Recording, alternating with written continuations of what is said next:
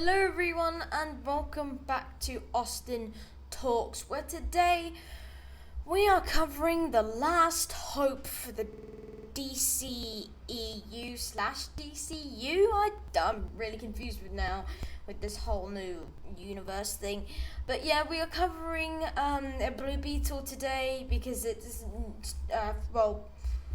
it comes out on the 22nd where I am. So yeah, we shouldn't be long until we see the movie and we see Jaime Reyes make his debut in live action.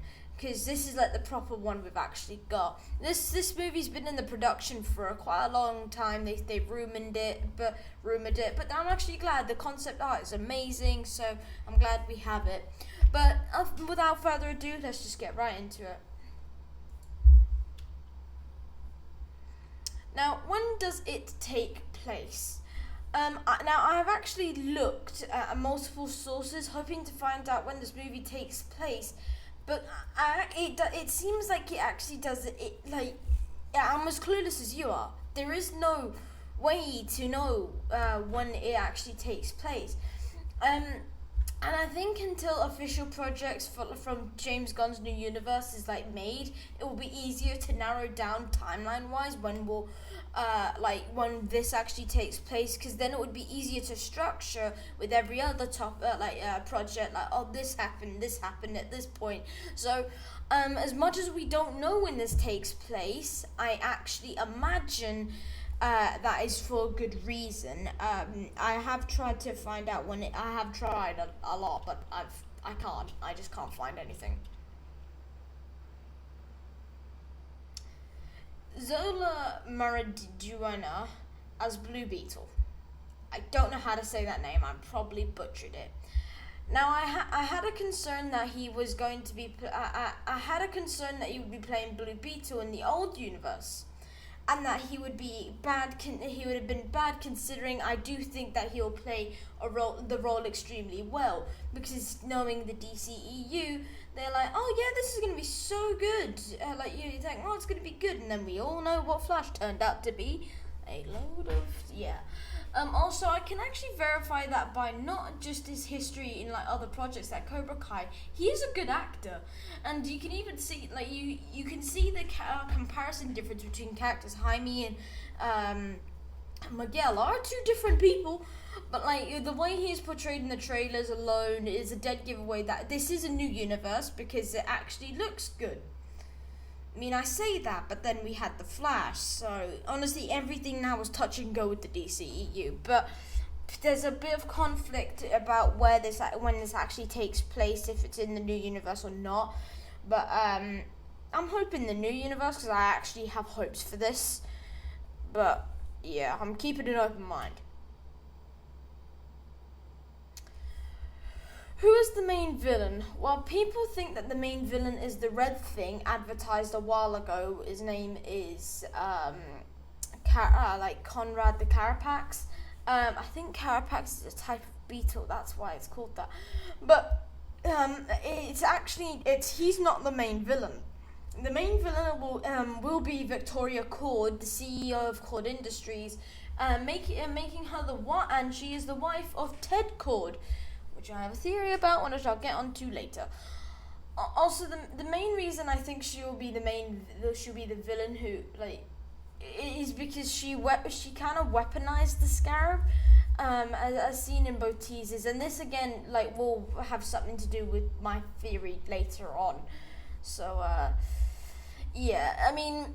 She doesn't. I mean, in the trailer, she thinks she reminds me of the character from Uncharted. She thinks that it's her by birthright. But even if she created it, and yeah, it's stolen. But she was gonna use it probably just to.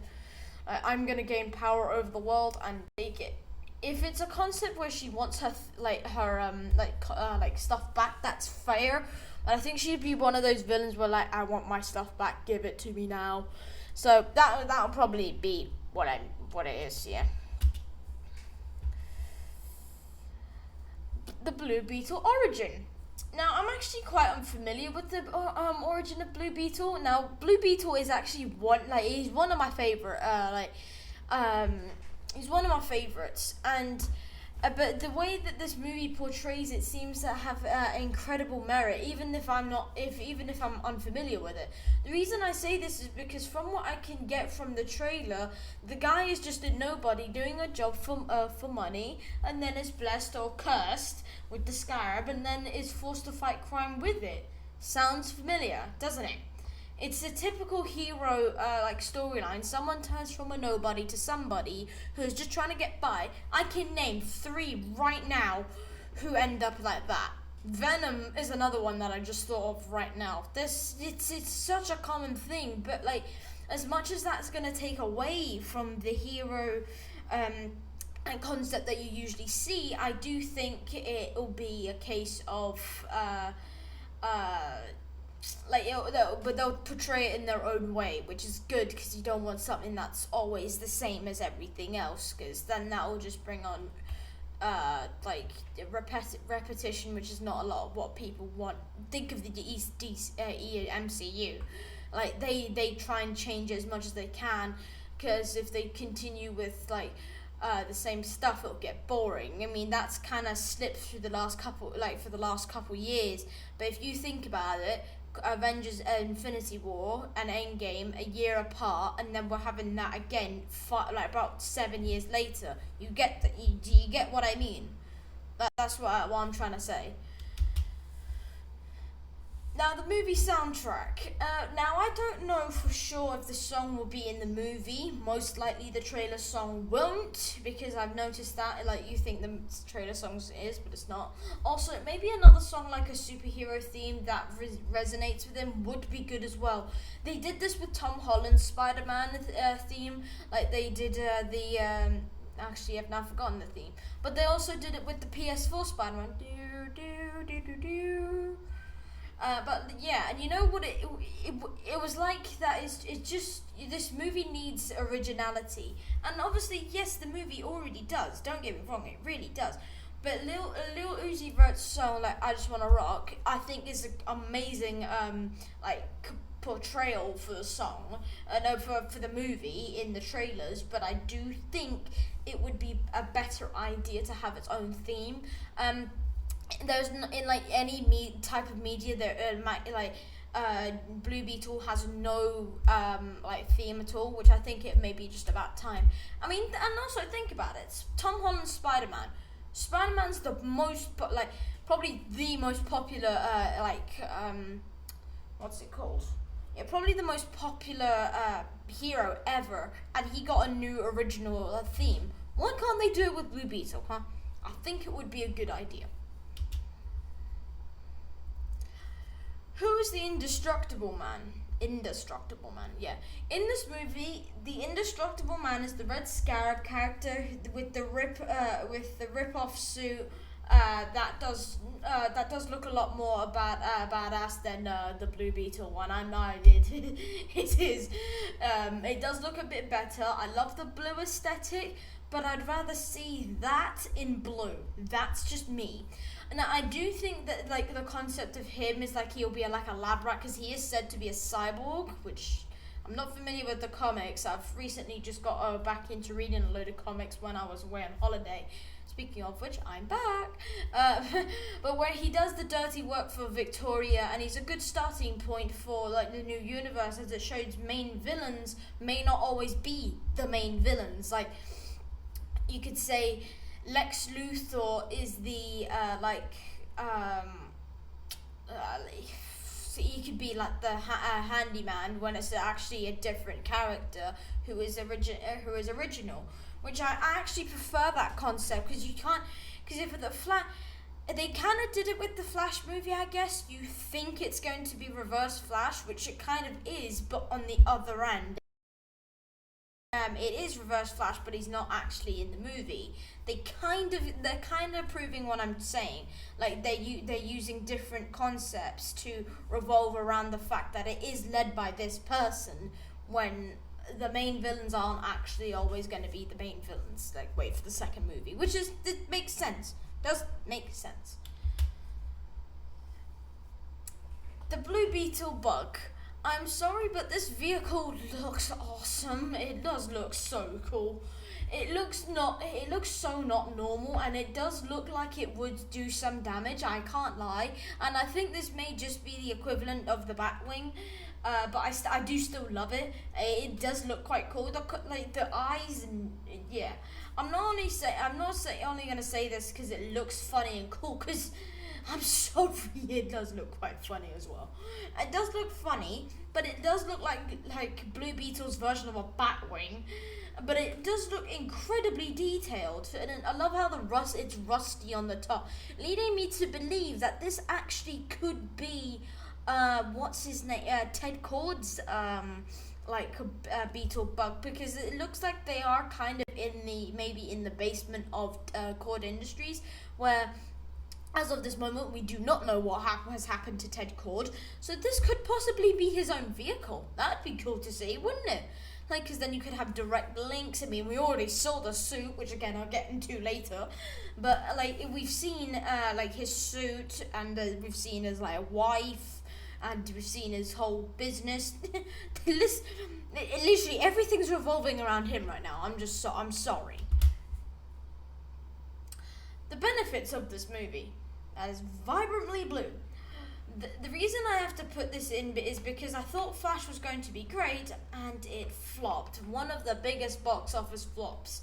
Well, not even of 2020, not even of the decade, century. Take your pick, honestly. I think a couple of the benefits is, first off, knowing that this is no longer a part of the DCU. Can't actually say that anymore because I don't know. And also the storyline seems better than regular superhero origins, and I think that would really set it apart, knowing that this movie is a part of the new universe, making it have more hype, which sometimes necessarily isn't a good thing because you're not going to have everything that's great, but at least you can have higher expectations than, say, the Justice League. Awful movie. Man of Steel, awful movie. Henry Cavill, and a great Superman, but they portray him in the worst way. Literally, I love how they put Superman in the Justice League poster. Yeah, he's in the movie for not even an hour, because he is dead for 3/4 of it. It's so funny. It's genuinely hilarious. The comic accuracy. There are only a few things that are comic accurate in this movie, but it does seem to all be all the minor details, like Ted Cord's suit, and the other one, and the Beetle bug. But the major comic accurate thing is the new indestructible suit. I saw that in a comic. I went to a comic store when I was away. They actually had a Blue Beetle one. I think it was actually to do with the Blue Beetle movie. I saw him and I was like, mate, what they've done is they've ripped out the page and then just put it on design, and then we'll rip that character out, add realistic details, and it's really realistic.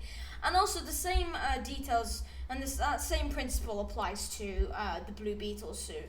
You can see the details, and even with its own aesthetic, I mean, I love looking at the suit because it's so vibrantly blue, and the background purple is it really does set the tone. But people say, oh, it's not comic accurate. What there is not comic accurate, people? Let me know what there doesn't seem comic accurate to you. Just let me know. Now, the family interactions. Now, I would like to say the person in the very middle, I don't think is actually the part of the family. But anyway, in this movie, it is no secret that the family is playing a big role in the movie. Even in the battles as well, we have Nana holding a machine gun that looks incredibly dangerous. Also, that the family have almost fuss over him, attempt to help him with his issue, even when he gets that scarab, everyone's screaming, yeah, which could draw up some conflict throughout the movie, but through personal growth, which I think is something we really miss in the DCU. We see it a lot in the MCU with Miss Marvel. And to be fair, and She-Hulk at the beginning. So, I think it's good that they're bringing that into the new universe, actually having family merit. They kind of did that with Superman for like 5 minutes, I guess. But literally, it doesn't. It does. I'm glad they're doing it, because also, like, they could also create a path for him to see like what actually happens. So, yeah.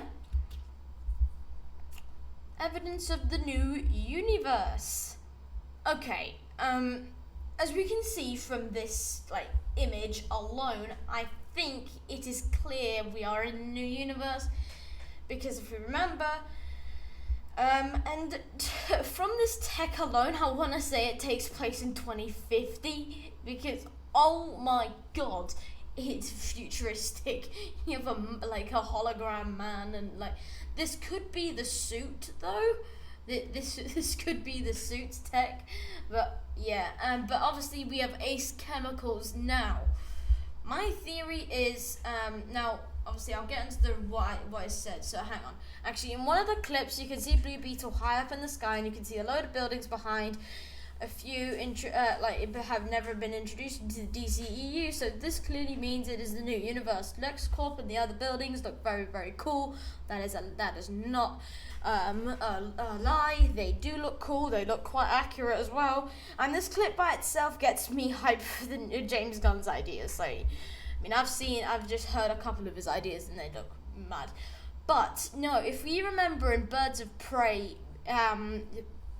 Harley Quinn went kaboom on Ace Chemicals, so I think this may be the new universe as it is already rebuilt. There was nothing said they were going to rebuild it. I think it just burnt into ashes. So yeah, and we can see Ted Cord right in the Cord Industries right in the middle. So yeah, and I think LexCorp there is obviously because LexCorp will get a new Lex Luthor in the Superman Legacy, which I can't wait for. So yeah, the Blue Beetle suits now, or the Beetle suits, whatever. And now in the trailer for a couple of seconds, and I'm not kidding, maybe 1 second, you can see previous suits that were worn by the Blue Beetle. Now I'm actually think this takes place in Cord Industries. Like the Ted Cord and the other guy, I have completely forgot what the other guy's name was. They look hella comic accurate, and you do think that sure that this will lead to something in which I will get onto in a bit later, which like Ted Cord, that looks amazingly accurate, and that guy, because I did see a comparison shot, so that it does look accurate. I just don't know that guy's name. And I've noticed I've spelled Ted Cord wrong. It's cord. Like a wire cord. It's spelled with a K, Austin. Yeah. I think this could lead to something bigger. So that's something you can actually look forward to. And I like these little Easter eggs where you could you could think of what's going to happen in the future, and also. This is the way to differentiate where you are. If there's pink, you're in you're in Cord Industries. Like it's like purple is their color. I've noticed. Why did they only release 2 trailers? Traditionally, like DC released 3 trailers. One like a week before the movie premieres, which we have not gotten. But with this even said, it's the final trailer. I think that this is good because if they have only released 2 trailers, that means they want as little spoilers as possible, meaning they believe that it will be good. Now, sometimes just because they believe it's not good doesn't mean we believe it's good. Yeah, as they both revealed stuff that is as it is. So maybe keeping with 2 is the way to go from now on.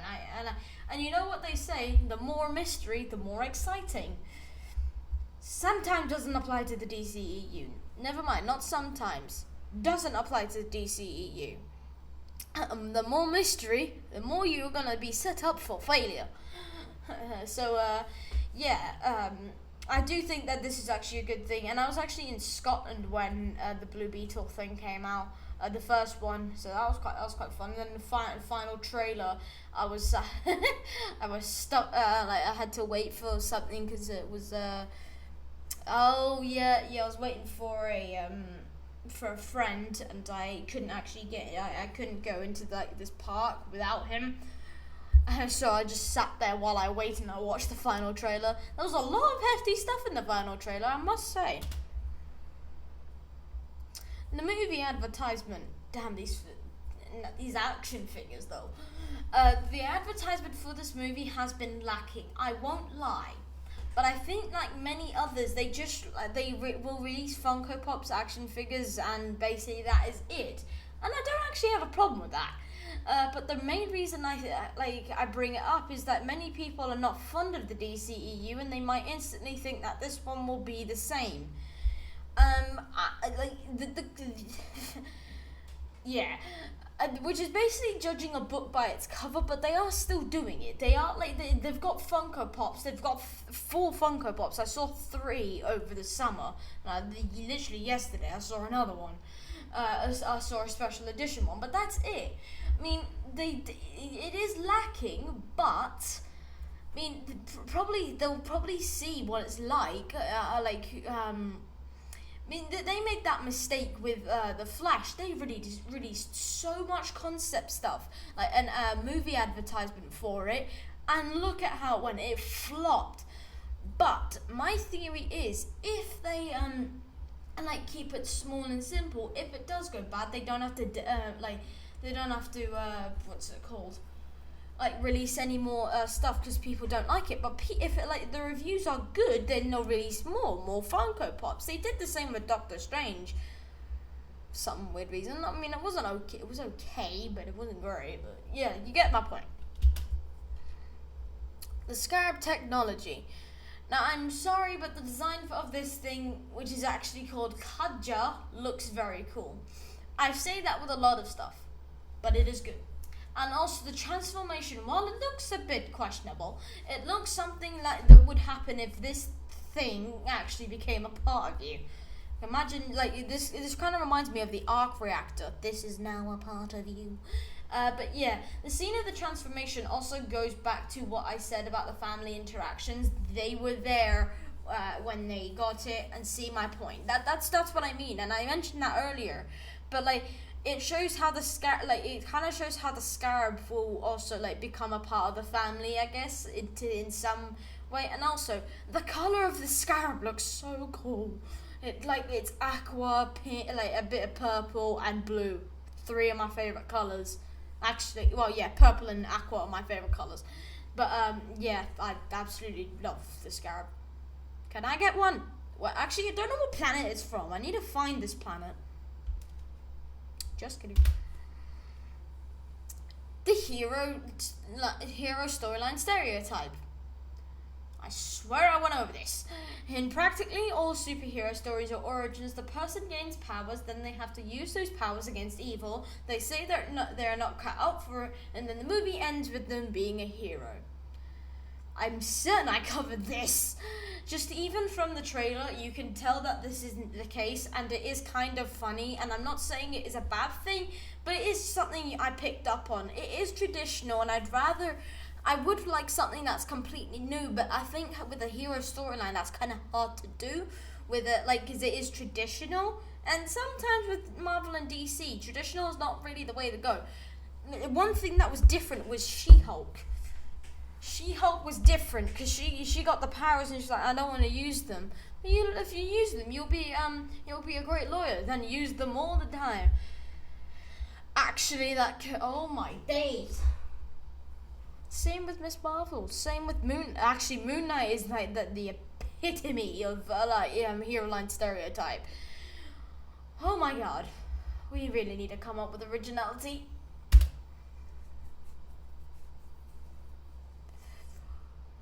What could this movie lead to? Okay.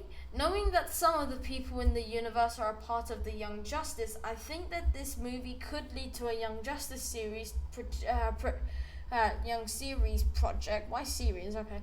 Or something like that in the future. I can't say much about what it would be because James Gunn has his own song sheet, which I think, I think we can trust that song sheet. I'm sorry, we just can't. So I do think that that alone would have an impact on what it could lead to. But honestly, trust James Gunn. He knows what to do. But recently, there has been something like this in the works. They've been talking about it, which I think is good. I mean, if they don't do it instantly, that's fine. But I'd rather them introduce them individually than bring them in a team. Please, DCEU, take notes with the Justice League. Do it individually, then not in just one movie. When we see the original Blue Beetle, as I've already said, we have seen his original suit in the background of one of the shots, so it would sort of make sense to have him guide Jamie along. Jaime. His wife seems to not be playing the nicest of roles, so he will be needed to put her back in line. She'd be like, you give me my tech back and I'll be fine. I actually think she's just like, I want my tech back, and now that you've seen it, I'm gonna kill you. I think that's kind of what's gonna happen. I do think that this universe should avoid hype stunts like the cameos of the Flash did, but still, maybe a video or to the next host or something. I do think that something like that would be good. Let's say I've given up the Scarab, or something like that. That would make sense, just a tad bit. Oh, fan theories, lovely.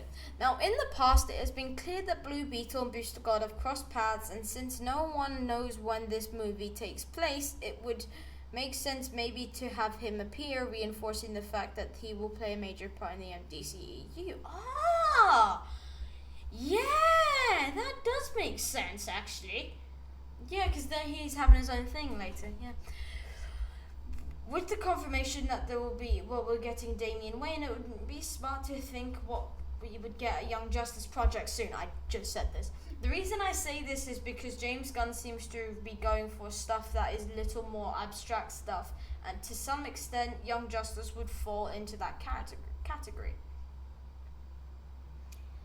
Don't know how I feel about that. At the end of the movie, it would be a good idea to have a post-credit scene that confirms that they are a part of the new universe, revealing that maybe some character will make an appearance like Sky Gardener or something. But the odd of that happening is slim due to the fact that this was filmed before James Gunn's plan was put into action, but it would make sense. However, I guess we must wait and see. Right, okay, this is going to be hard. I'm going to put Booster Gold second, Guy Gardner, Booster Gold first, Guy Gardner second, Damian Wayne 1, number 2. But they all actually do make sense. There's no denying that.